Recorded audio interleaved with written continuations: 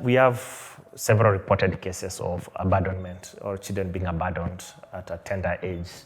There are some cultures where they'll talk about taboo children. Normally, there are outcomes of probably incest.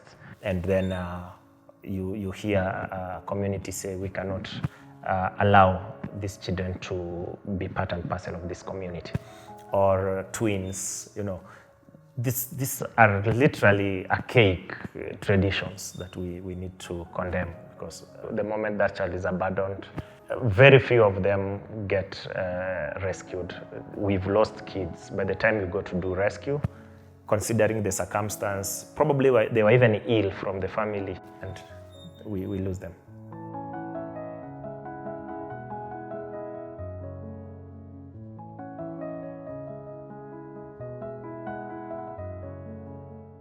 There are those cases that seemed so complicated, and this child had stayed in the streets for so many years. And then later, he kept changing from one institution to another institution, just hoping. So we had there were siblings in a particular children's home, and the elder, now the sister, joined high school and went to a boarding facility. So the younger brother was not comfortable to continue staying alone in that particular institution. So he ran from the institution and went to the streets. So he stayed in the streets, and in the streets, he was almost killed because there's a time they went and snatched someone a phone, and bad luck, he was caught. And I think that beating affected his mind. So by the time we were rescuing him, the others were calling him, Mwenda, how the Kenyan way sometimes, how they were describing him not being normal, When he came to the rehabilitation facility and he was embraced well, he was taken to hospital, he was loved, We started looking for his family, but we could not trace his family. And I remember one day he opened up in a counseling session and said he was in a particular children's home somewhere in Machakos. So we picked the contacts, we called that institution, we spoke with the social worker at that institution and tried to explain. And we got some good news. And the good news was the elder sister had finished university, got married, and actually she had a very good career, and they were doing so well with the husband. So the elder sister has been looking for the brother. So I remember we had done all the home visits for the other students and visited their families, except this particular boy. So you can imagine when this boy, for him, he's not sure that he knows any other person. He doesn't know any family. The only person he knows is the sister. But he doesn't know where the sister went and can't even give information about the sister because he left that organization when he was very young. So we looked for the sister's contact, we contacted the sister, and when the sister came, it was a surprise. We didn't tell the young man the sister was coming. I'm telling you, it was an emotional moment for all of us. We could not control our tears. From that moment, this young man saw the sister and he was united with the sister. Everything changed. He became active, he developed interest to continue with education. So we had to enroll him in a vocational training college. Yeah? And to thank God, the husband to the sister embraced this young man and he accepted to stay with him. So to date, they are family. But then after he finished taking his vocational course, they had to open him a small business, and he's actually now a man of his own. He's doing his own things, and anytime I remember the young him and now him as a person in the community doing positive things, it really encourages me. So as I was talking, it reminded me of another case of again, a young man, we really struggled to get the family, and we struggled. But then this was because of the poor documentation that is done in these institutions, where the files read that this child, the parents had died. So we never looked for the parents because we knew the parents had died. So I remember I was so new then. I joined the facility, and one of the weekends, I remember the director calling me on a Saturday evening and telling me there is a young man who's come from Homa Bay, and we don't want him in the residential care. You have to go and find the family. He claims the parents are alive, and he knows where the parents are. So I went back to the institution in the evening, sat with the young man, we had a conversation, and he told me he knows his father and he knows his mother and he knows that they are in Murang'a. So, and my question was, how comes our documents are reading that you didn't have parents? So he told me what transpired and how it was said that he doesn't have parents. So we woke up in the morning, and I remember on a Sunday morning, and decided to go to Murang'a. We don't exactly know where we are going, but we're going to Murang'a. And it was my first time actually to be in Murang'a. So we got to Murang'a around Maguna supermarkets. The young man said the father was working there. So we went to that supermarket, tried to ask around. Nobody was able to recognize him or that even that name. But one person told us he used to work in the store. So we went to the store, asked a few people in the store. They told us the father, I think, was involved with some case, and then he had to leave. Actually, he had to leave working with that supermarket, and he had to go to another place. So we're starting to hit the end. But the child told me he remembers where they were staying. So I told him, okay, let's go where you are staying. So we went to where they used to stay. When we got where they were staying, at least we always say there was light at the end of the tunnel. So someone recognized him. And when I inquired who this guy is, I was told he's the son to the landlady. So I engaged him and told him, but he called him, not his name, he called him the name of the elder brother. But the young man responded. So we had that conversation a bit there, and he told us the mother mentioned that he met this young man's father a few months ago.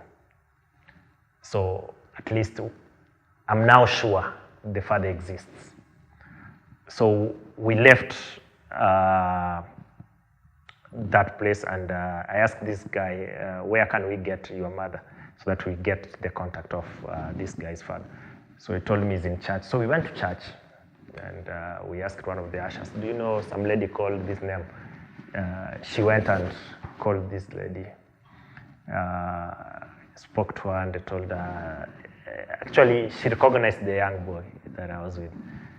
And immediately he mentioned, like, I was with your father, he works in a particular place, he does border. So I was like, do you have his contact? Yeah, I took the contact, but unfortunately I lost my phone. So again, we don't have a contact. But she can describe the place, but is not sure where exactly he works. So I remember seeing this the boy start shedding tears, because it's like, this thing is not going to work and it's getting late. So we went back to the supermarket. So as I sat outside that supermarket trying to figure out now what next, an idea just came, like, just ask about the one person who served here for the longest time. So I just asked someone, just tell me anybody who's worked here a bit longer. So he sent me to some old guy. I went to this guy and asked him, do you know somebody and somebody? Now trying to describe the father. Then he told me, yeah, I know that guy. He's working in this particular supermarket at a particular point. So I went back to this supermarket and asked, I want to see the director or the manager, whoever in leadership. So I got to one manager and he told me, you don't have his details. I just told him, just call the other branch and ask, for me that contact. So he called, and they said, yes, we have a person by that name. So again, we got to a matatu and got to the other side of town, still within Murang'a. And when we got there again, Now, this is also again funny. When we were trying to ask around, nobody had his contact. Yes, he works there, but nobody has his contact. So weird. So as we tried to, like, we stayed there for some time. Then a thought just crossed my mind, like, how about I called the institution in Homa Bay and asked if anybody has ever called them to find out about this boy. Sorry. So I called Homa Bay. I remember Brother Bernard, and Brother Bernard told me there is a guy who called and said he's the uncle. So I told him, give me his contacts. So I called the uncle, and the uncle had the contact of the father.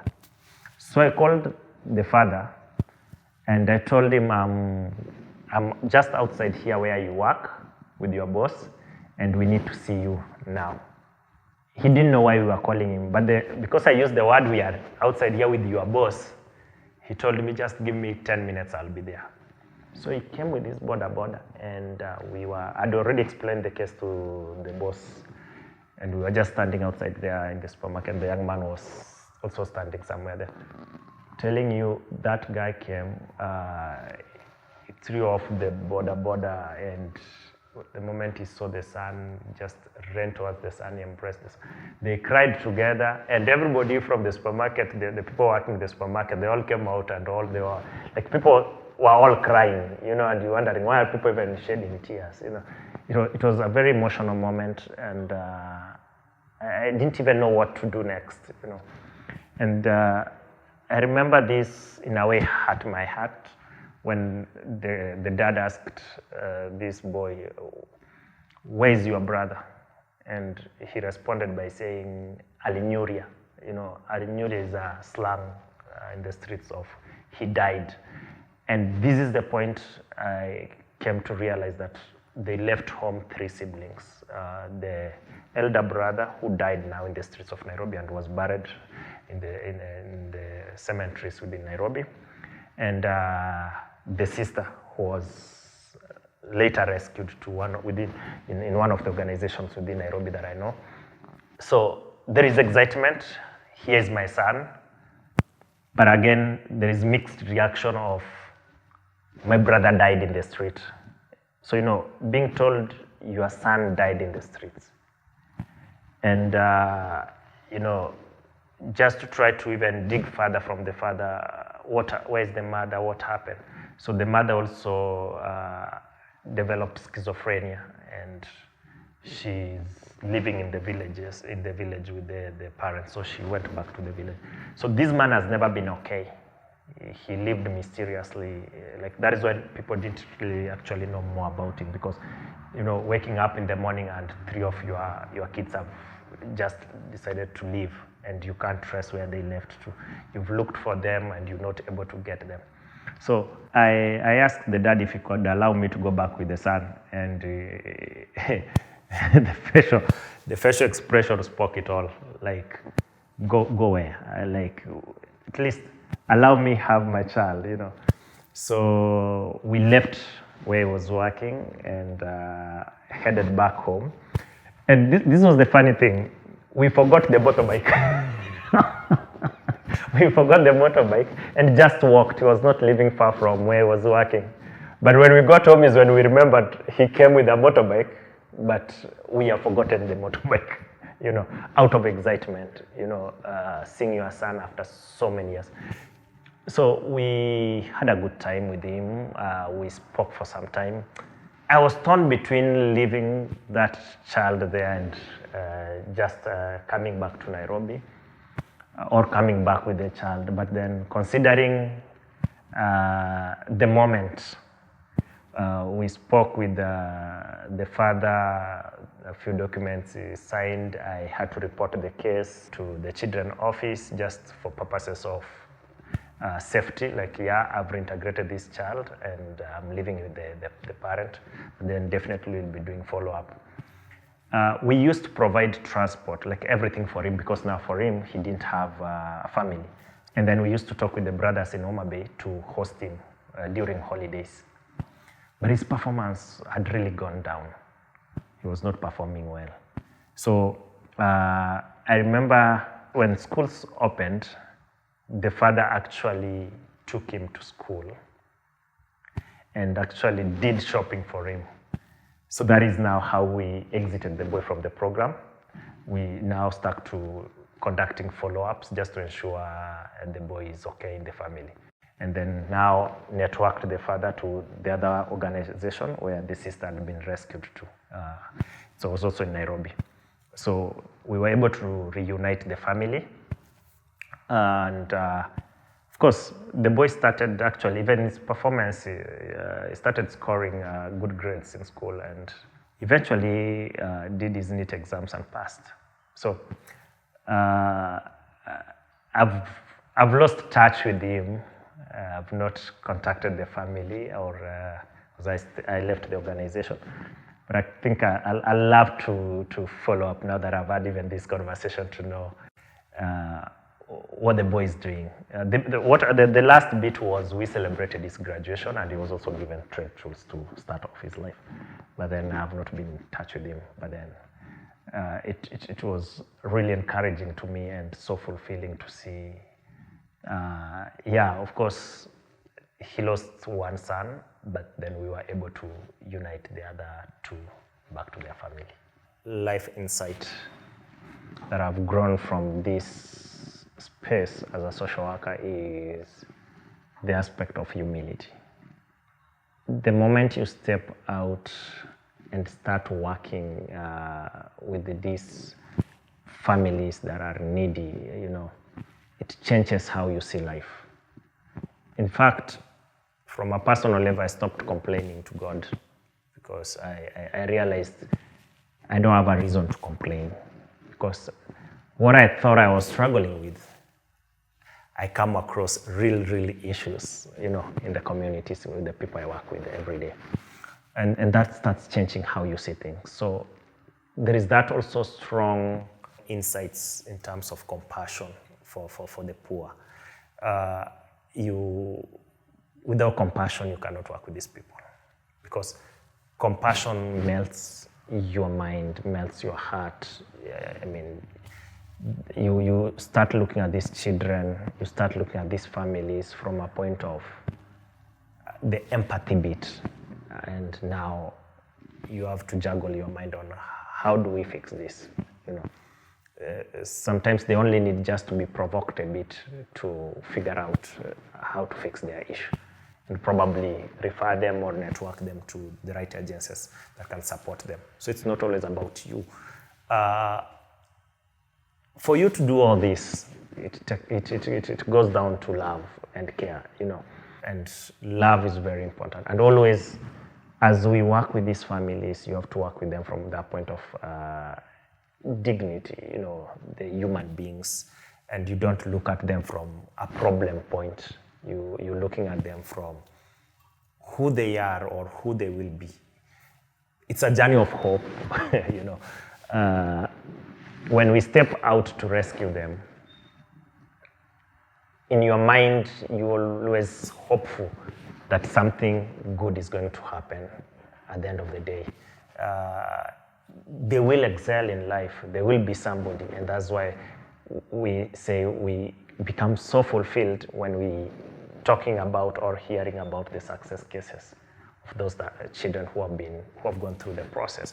And now they're doing well in the society. And others are in the helm of leadership.